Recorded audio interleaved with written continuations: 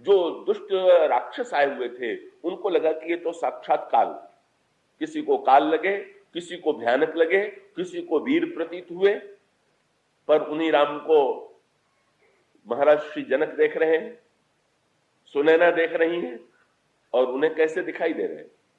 सहित विदेह विलोक ही रानी और शिशुषम प्रीति न जाई बखानी।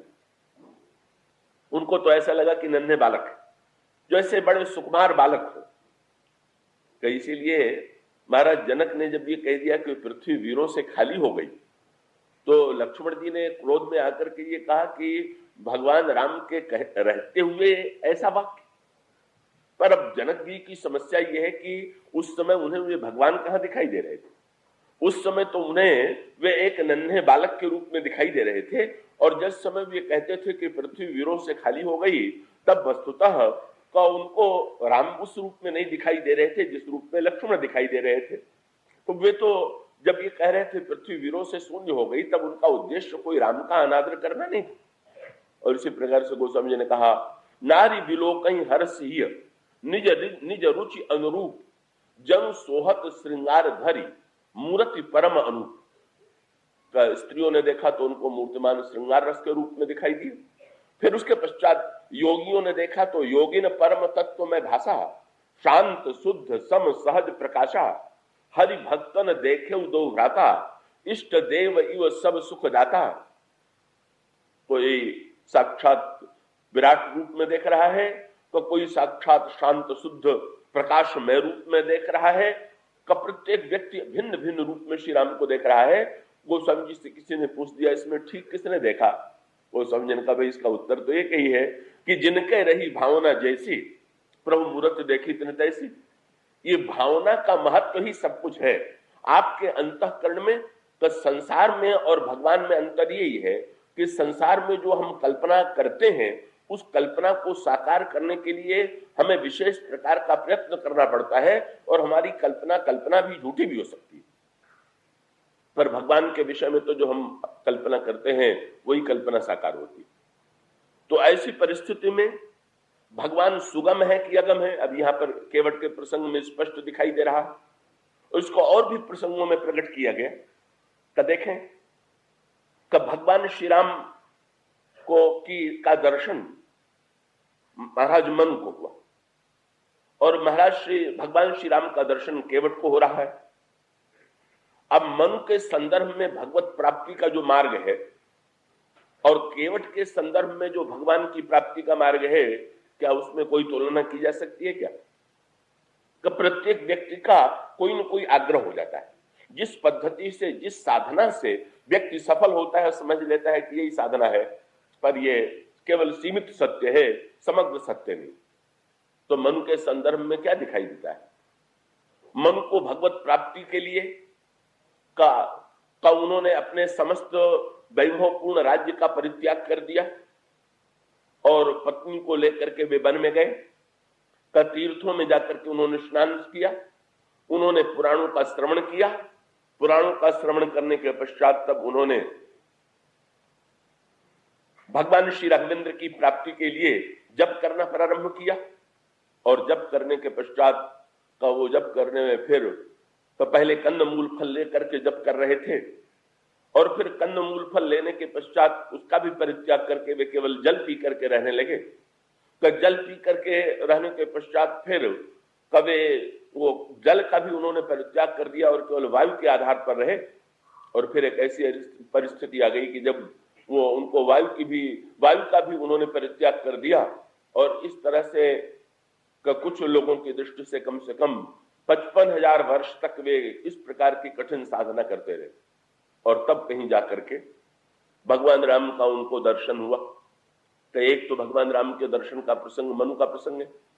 तो क्या मनु के प्रसंग में जो साधना पद्धति है, क्या ईश्वर को प्राप्त करने के लिए का प्रत्येक व्यक्ति को उसी साधना पद्धति का आश्रय लेना होगा क्या तपस्या के द्वारा, व्रत के द्वारा, जप के द्वारा, तप के द्वारा, उपवास के द्वारा, क्या इन्हीं के द्वारा ईश्वर को पाया जा सकता है क्या?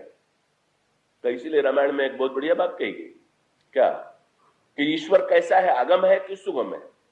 तो उन्होंने कहा जो अगम सुगम है, जो अगम भी है और सुगम भी है। और अगमता की पराकाष्ठा देखना हो तो आप मनु की साधना में देख लीजिए, और सुगमता की पराकाष्ठा देखना हो तो आप केवट के प्रसंग में देख लीजिए। ईश्वर को पाना कितना कठिन है ये मनु बताते हैं, पर ईश्वर को पाना कितना सरल है कि ये केवट के चरित्र से प्रकट होता है। केवट के जीवन में न तपस्या है, न उपवास है, न तो व्रत है, न किसी प्रकार की साधना है, पर वहां पर गोस्वामी जी ने एक बड़ा सार्थक शब्द सुना, और वो दो शब्द जो हैं वो बड़े महत्व के, और इन्हीं के माध्यम से यहाँ पर ईश्वर की ये जो विलक्षणता है, ईश्वर की विलक्षणता का तात्पर्य ये नहीं कि इसके द्वारा जो लोग साधना कर रहे हैं वो साधना का परित्याग कर दे। इसका अभिप्राय ये है कि अगर आपको आपकी साधना में रुचि है, आपकी व्रत और उपवास में रुचि है, आपकी जिस निष्ठा में रुचि है, आप स्वयं वो ऐसा कीजिए, पर भूल से भी ये मत मान लीजिए कि केवल भगवान आपको ही मिलने वाले हैं, दूसरे को मिलने वाले नहीं ना। वो आपको भी ऐसा करने वाले को भी मिलेंगे, पर केवट कहता है कि प्रभु का आज मैंने जान लिया अच्छी तरह से, तो वहां पर केवट के प्रसंग में भगवान के लिए एक शब्द चुना गया, मनु के प्रसंग में दूसरा शब्द चुना गया। मनु को इतनी कठिनाई से क्यों मिले और केवट को इतनी सरलता से क्यों मिले? उसका कारण ये है, मनु बड़े धर्मनिष्ठ थे, बड़े कर्तव्यनिष्ठ थे। मनुस्मृति का नाम तो आपने सुना होगा।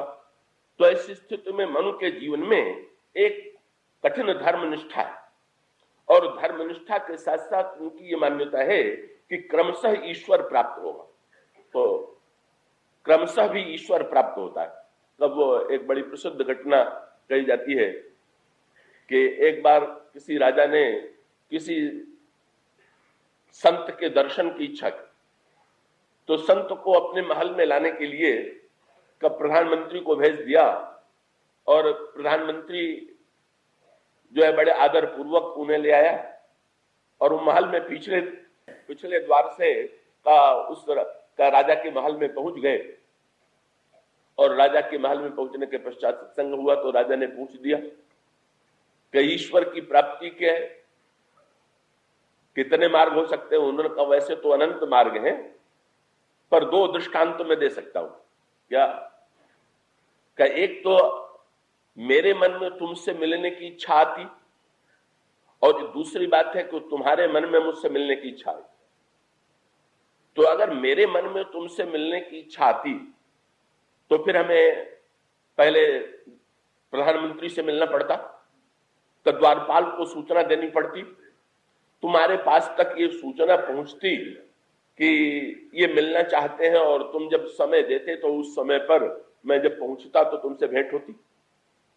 पर उन्होंने कहा कि एक दूसरा मार्ग भी है कि मेरे मन में तुमसे मिलने की इच्छा नहीं है, तुम्हारे ही मन में मुझसे मिलने की इच्छा आ गई। तो फिर मुझे कुछ नहीं करना पड़ा, फिर तो चोर दरवाजे से भी तुमने मुझे बुला लिया। उन्होंने कहा इसी प्रकार से जो लोग ईश्वर को पाना चाहते हैं, उन लोगों को तो साधना के क्रम से ही ईश्वर को पाना चाहता है, पर कुछ लोग ऐसे भी होते हैं कि जिनको पाने के लिए ईश्वर ही बेचैन हो जाता है। तो वो किस चोर दरवाजे से ऐसे लोगों को बुला लेता है इसका कोई पता नहीं। कैसे लिए गोस्वामी जी ने दोहावली रामायण में से पूछा क्या करें, तो गोस्वामी जी ने कहा दो में से जो आपको पसंद हो। क्या? बोले की तो ही लागे ही राम प्रिय, और की तो राम प्रिय हो, या तो तुमको राम अच्छे लगे या राम को तुम अच्छे लगो।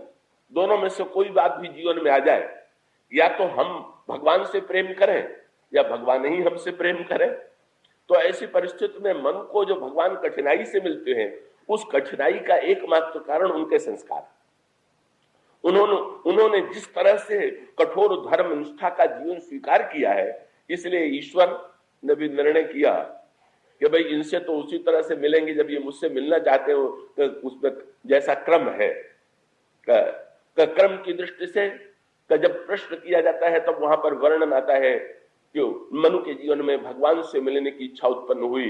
होई न विषय विराग भवन बसत भा चौथपन, हृदय भगवान से मिलने की उत्सुकता उत्पन्न हुई, हृदय में दुख उत्पन्न हुआ। इसके पश्चात उन्होंने पुत्र को राज्य दिया, और उसका अभिप्राय पहले विषय का परित्याग, जीवन में वैराग्य का उदय, वैराग्य का उदय होने के पश्चात फिर तीर्थ आदि के सेवन से, पुराण आदि के श्रवण से अंतःकरण की शुद्धि, और अंतःकरण की शुद्धि के पश्चात भगवान के जप और तप के द्वारा ईश्वर की प्राप्ति। तो मनु जैसा मानते थे का उसी रूप में भगवान बड़े महंगे और बड़े सस्ते, इतनी कठिनाई से उनको मिले क्यों?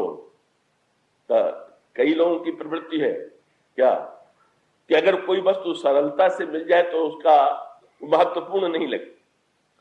तो ईश्वर समझता है कि भाई जो लोग दुर्लभता से मिलने वाली वस्तु को महत्वपूर्ण मानते हैं, उनको जरा कठिनाई से मिले तो ही इनको आनंद आवेगा, बिना इसके इनसे मिलना ठीक नहीं। तो इसलिए फिर वहां पर वर्णन आता है कि मनु की साधना की पराकाष्ठा के पश्चात मन को मिले कब। अब यहां पर तुलना क्या है कि मनु में और केवट में कोई समानता है क्या? अच्छा, मनु में ही नहीं, मनु को भगवान का दर्शन हुआ।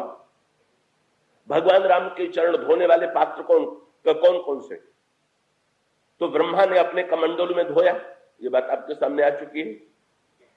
फिर उसके पश्चात रामचरितमानस में महाराज श्री जनक ने भगवान राम का चरण धोया, और फिर उसके पश्चात अयोध्या कांड में केवट ने भगवान राम का चरण धोया। अब अगर आप इन पात्रों की से तुलना करके देखें तो आपको क्या दिखाई देगा? कई इन पात्रों से तुलना करने पर आपको सर्वथा भिन्नता दिखाई देगी, सब बातें एक दूसरे से भिन्न दिखाई देंगी। का अगर जनक के प्रसंग को पढ़ें तो ऐसा लगता है कि अगर भगवान ईश्वर के चरणों को प्राप्त करना है तो ईश्वर को के चरणों को प्राप्त करने के लिए पहले महाराज श्री जनक ने जिस क्रम से भगवान के चरणों का प्रक्षालन किया, चरणों के प्रक्षालन की पद्धति आप पढ़ लीजिए। और उस पद्धति से पहले तो यही है कि महाराज श्री जनक ने भगवान श्री राघवेंद्र को का स्वागत करने के लिए एक मंडप का निर्माण कराया। तो जनक ने जिस प्रकार से मंडप का निर्माण किया, का ऐसा भी हो सकता है कि अगर हम और आप का ईश्वर को आमंत्रित करना चाहे तो जनक के समान हम भी मंडप का निर्माण करें। का गोस्वामी जी ने कहा कि वो मंडप इतना था, सोने के बने हुए खंभे थे, सोने के बने हुए खंभे में मणि जटित थी, मणि जड़ा हुआ था, और वो बड़ा ही दिव्य मंडप बना हुआ था। ये दिव्य मंडप क्या है? गोस्वामी जी तुलना करते हैं का वस्तुतः महाराज श्री जनक का मंडप जैसा है वैसा ही अंतःकरण जब हमारा आपका हो जाए उसकी एक पद्धति है। महाराज जनक के मंडप में 4 खंभे लगे हुए हैं, और चारों खंभे जो हैं का ये हमारे हृदय में भी है। का वो चारों हैं कौन से? का मन, बुद्धि, चित्त और अहंकार। यही अंतःकरण में जो मंडप बनावेंगे ईश्वर की प्राप्ति के लिए, उसके ये 4 खंभे, और उसमें स्वर्ण जो है और उसके साथ साथ मणि है। तो मणि की विशेषता यह है कि उसमें प्रतिबिंबित करने की सामर्थ्य। तो इसी प्रकार से हमारा अंतःकरण इतना निर्मल हो, मणि और स्वर्ण के समान उसमें इतनी दिव्यता हो, इतनी सक्षता हो, प्रतिबिंबित करने की ऐसी सामर्थ्य हो कि उस मंडप में ईश्वर आवे। और फिर वो क्रम की दृष्टि से फिर उस ईश्वर को मंडप में निमंत्रित करने के लिए महाराज श्री जनक ने किसका आश्रय लिया? पहले धन का गोस्वामी जी कहते हैं भगवान श्री राम का महाराज श्री जनक जब भगवान राम का स्वागत करते हैं तो उनके लिए कोमल पावड़े बिछाते हैं, और पावड़े बिछाने के पश्चात का भगवान श्री राघवेंद्र को सुकोमल आसन पर बैठाते हैं। का अभिप्राय यह है कि अंतःकरण जब इतना कोमल हो जाए कि उस अंतःकरण में कठोरता का लेश न रह जाए, तो उस अंतःकरण के आसन पर आकर के ईश्वर विराजमान होता है। और उसके पश्चात गोस्वामी जी ने लिखा कि महाराज श्री जनक ने और सुनैना ने का सोने के बर्तन में सोने का थाल मंगवाया, और सोने का थाल मंगवा करके जो जिस जल से भगवान का चरण धोया गया का उसके लिए सोने के बर्तन में जल भरा हुआ था, जिसमें नाना प्रकार की सुगंध भरी हुई थी। और इस प्रकार से भगवान राम का चरण स्वर्ण में। ये स्वर्ण क्या है? गोस्वामी जी रामचरितमानस में कहते हैं जैसे सोने को का आग में डालने पर भी कब वो अपने स्वरूप का परित्याग नहीं करता, कैसी प्रकार से जिसकी निष्ठा इतनी दृढ़ है कि कितनी भी प्रतिकूल परिस्थिति क्यों ना आवे, कितनी भी प्रतिकूलता क्यों ना आवे, पर जिसके जीवन में कभी भी जिसके अंतःकरण के चमक शांत नहीं होती का वही सोना है। तो सोने का बर्तन और सोने के बर्तन में दिव्य जल भरा हुआ है और उस जल को लेकर के महाराज श्री जनक भगवान राम का चरण पखारते हैं। तो मनु को लगता है कि भगवान इन साधनाओं के द्वारा इस तरह से मिलेंगे, और महाराज श्री जनक को देख करके लगता है कि महाराज श्री जनक के प्रसंग में जब अंतःकरण इस प्रकार का होगा, जब इस प्रकार की पात्रता, बर्तन माने पात्रता, तो इसका अभिप्राय यह है कि पहले पात्र बनिए, तो पात्र बनने के बाद फिर भगवान को पाने की चेष्टा कीजिए, भगवान का चरण मिलेगा, और पात्र जो होता है उसी में भगवान का चरण पखारा जाता है। लेकिन जब आप केवट के प्रसंग को पढ़ें तो सारी बात उलट गई। कैसे ने न व्रत किया न तो उपवास किया, तो पवित्रता की तो बात ही नहीं। एक बड़ी विचित्र सी बात आती है क्या, जब केवट ने भगवान राम से ही कहा, आप लोगों में से जो प्रारंभ से आ रहे होंगे उनको याद होगा कि भगवान राम जब जल्दी मचाने लगे कि भाई तुम मुझे जल्दी से पार उतार दो, तो केवट ने ये कहा कि महाराज मैं तो आपको नियम से ही, क्रम से ही पार उतारूंगा। जो पहले से पार होने के लिए खड़े हैं मैं उनको पहले पार उतारूंगा और आपको बाद में। तो भगवान राम ने पूछा, पहले से तो खड़ा हुआ कोई नहीं दिखाई दे रहा।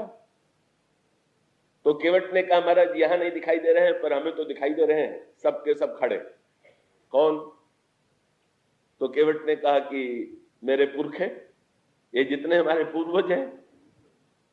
तो भगवान ने कहा कि तुम्हारे पूर्वज गंगा के किनारे रहते थे और अभी तरे नहीं, तो गंगा तो कहा जाता है कि ये तार देने वाली है।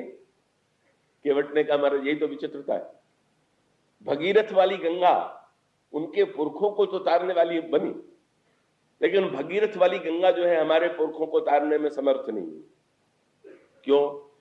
तो केवट ने ये कहा कि महाराज, तो केवट ने सुन लिया था और हमारे शास्त्रों में कहा भी यही क्या कि मनुष्य से न जाने कितनी भूलें होती हैं, और जब कोई व्यक्ति तीर्थ में जाता है तो जैसे दिन में अगर काम काज करें और शरीर में मिट्टी लग जाए, कालापन लग जाए, धूल लग जाए तो क्या करते हैं, नहा लेते हैं, तो नहाने से गंदगी धुल जाती है। कैसी प्रकार से तीर्थ में जाकर के नहाने का तात्पर्य यह है कि मन में जो गंदगी आ गई है समाज और व्यवहार में, तो वो गंदगी वहां जाकर के धुल जाए। तो इस स्थिति में कैसी लिए तीर्थ यात्रा की जाती है का अंतःकरण की शुद्धि के लिए कहा जाता है। तीर्थों में स्नान करने से व्यक्ति पाप से मुक्त होकर के शुद्ध हो जाता है। पर साथ साथ शास्त्रों ने एक और भी बात जोड़ दी।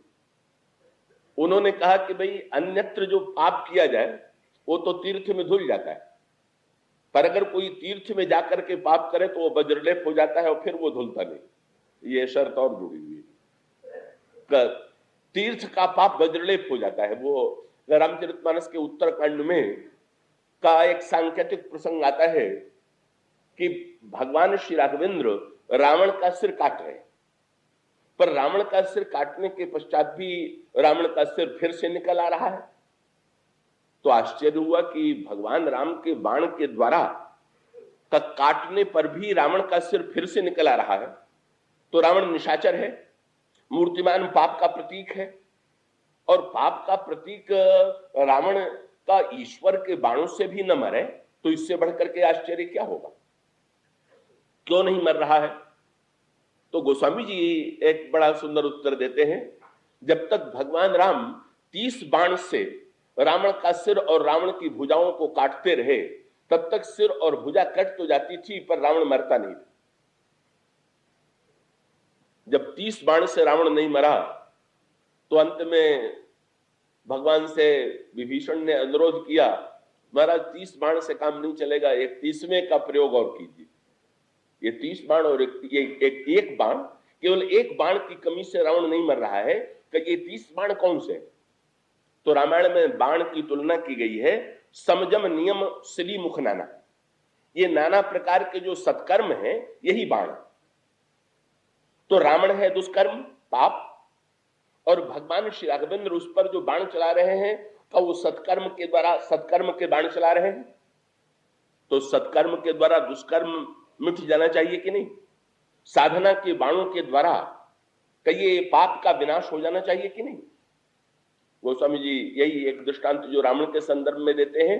विनय पत्रिका में आप लोगों ने ये भी सुना होगा, विनय पत्रिका पुराणों में की कथा में आपने सुना होगा का आजकल नवरात्र चल रहा है, देवी से का उसका बड़ा संबंध है। का एक ऐसा राक्षस था जिसका नाम था रक्तबीज, और रक्तबीज की विचित्रता क्या थी कि उसके ऊपर का किसी को मारने के लिए उसका सिर ही तो काटा जाएगा।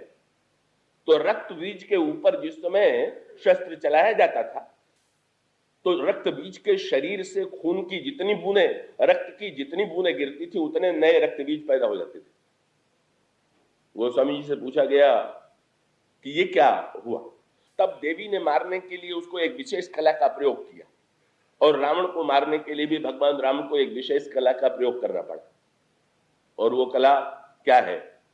वही अभी आपके सामने गोस्वामी जी कहते हैं, रावण भी मूर्तिमान पाप है और ये रक्त बीज भी जो है वो पाप। लेकिन रक्त बीज को मिटाने की चेष्टा क्या हम लोग नहीं करते हैं क्या?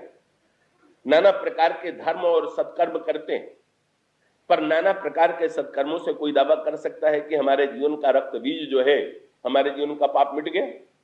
नहीं, ये दिखाई दे रहा है कि पाप अनगिनत रूपों में, अनेक रूपों में जीवन में दिखाई दे रहा। क्या साधना और सत्कर्म के द्वारा रावण की भुजा और रावण का सिर कट जाने की बात तो यूं नहीं, ये नहीं कि रक्तबीज का तलवार चलाई जाती थी तो रक्तबीज का सिर कटता नहीं था, पर कटने के बाद तो फिर नया रक्तबीज पैदा हो जाता था। और यहां पर भी रावण की सिर और रावण की भुजा कटती थी पर फिर से निकल आती थी। दोनों प्रसंगों में एक ही तात्पर्य। गोस्वामी जी कहते हैं कि रावण को का कल्याण क्यों नहीं हो रहा? रावण का सिर क्या है, रावण की भुजा क्या है? तो तुलसीदास जी कहते हैं, काटे बहुत बढ़े पुण्य। कैसे? बोले जिम तीरथ कर पाप। का रावण का सिर और रावण की भुजा कटने पर भी उसी प्रकार से बढ़ती जा रही है जैसे तीर्थ का पाप जो है मिटाने की चेष्टा करने पर भी और बढ़ता जाता है। और उसका अभिप्राय क्या? रावण का सिर तीर्थ का पाप है, इसका तात्पर्य हुआ कि रावण को जो सिर प्राप्त हुआ, जैसे आपने कोई भूल की तो भूल में आपने तीर्थ में जाकर के भूल का परिहार कर दिया। तीर्थ में जानबूझ करके आपने पाप किया तो इसका अभिप्राय यह है कि आप अपराधी हो गए। तो रावण के जीवन में भी पहले जो उसका पुराना सिर था, ये जो रावण का सिर कट रहा है, ये कौन सा सिर है? रावण ने शंकर जी की पूजा की, रावण ने तपस्या की, रावण ने सत्कर्म किए, और अंत में वर्णन आता है कि रावण ने अपना सिर काट करके भी भगवान शंकर को चढ़ा दिया। तो भगवान शंकर का सिर काट करके चढ़ा देने के पश्चात भगवान शंकर रावण के सामने प्रकट हो गए। तो रावण के जीवन में तो स्वयं बड़े सत्कर्म दिखाई दे रहे हैं, लेकिन शंकर जी की कृपा से रावण के सिर जो है फिर से निकल आए। और शंकर जी के द्वारा सिर जब प्राप्त हुआ तो शंकर जी कौन है? का भगवान शंकर जिस पर कृपा करते हैं उसको भगवान राम की भक्ति प्राप्त होती है। का भगवान शंकर मूर्तिमान विश्वास के रूप है, भवानी शंकरो बंदे श्रद्धा विश्वास रूपिण। तो रावण को जब शंकर जी से सिर प्राप्त हुआ तो उस सिर का सदुपयोग यही हो सकता था कि वो सिर जो है भगवान के चरणों में नत होता, उसके जीवन में विश्वास का उदय होता। पर शंकर जी से जो सिर मिला, उस सिर के द्वारा उसने का शंकर जी के जो इष्ट देव श्री राम है का उनका ही विरोध किया, का उनको ही कष्ट देने की चेष्टा की। श्री सीता जी का हरण करके भगवान राम को कष्ट देने की चेष्टा किया। तो मानो रावण का सिर तीर्थ का पाप हो गया, और तीर्थ का पाप होने के कारण ही रावण जो है, रावण का सिर और रावण की भुजा कटने पर भी रावण की मृत्यु नहीं हो रही।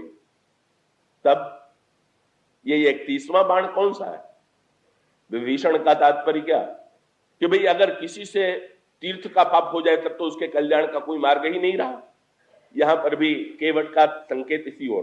केवट ने कहा कि महाराज मेरे पुरखे जो नहीं तरे उसका कारण क्या है कि गंगा के किनारे आकर के और लोगों के पाप नष्ट हो जाते हैं, पर हमारे पुरखे तो गंगा में भी पाप ही करते रहे। क्या? बोले यहां पर भी मछली ही मारते रहे गंगा की। तो महाराज हमारे जो पुरखे हैं वो तो तीर्थ के पाप करने के कारण का गंगा ने कहा कि भाई का जो अन्यत्र भूल करता मैं उसको शुद्ध कर देती, जो पर मुझ में ही घुस करके जो इस प्रकार से हिंसा का कार्य कर रहा है का मैं उसको तारने में समर्थ नहीं। तो केवट ने बहुत सांकेतिक भाषा का प्रयोग किया। वही सत्य विभीषण के संदर्भ में है, वही रक्त बीज के संदर्भ में है।